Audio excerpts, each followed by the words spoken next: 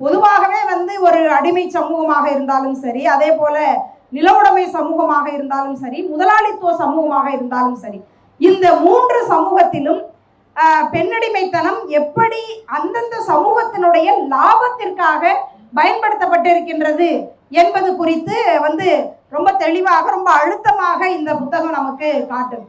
ஏன்னா ஒரு வர்க்க பார்வையோடு இந்த பெண்ணடிமைத்தனம் எப்படி உருவானது என்பதை ஒரு வர்க்க பார்வையோடு இதுல குறிப்பிட்டிருக்கிறதுனால பின்னாடி அதற்கான தீர்வையும் இந்த தனியுடைமை சமூகம் என்றைக்கு உடைக்கப்படுமோ அன்றைக்குதான் பெண் உரிமை சாத்தியம் என்பதை மிக அழுத்தம் திருத்தமாக இந்த புத்தகம் நமக்கு காட்டுது. ஏன்னா இன்றைக்கு பெண்ணுரிமை சம்பந்தமாக நான் ஏற்கனவே குறிப்பிட்டது போல இந்த தனியுடைமையை மறைத்துவிட்டு எத்தனையோ விவாதங்கள் இன்றைக்கு நடந்து கொண்டிருக்கின்றது.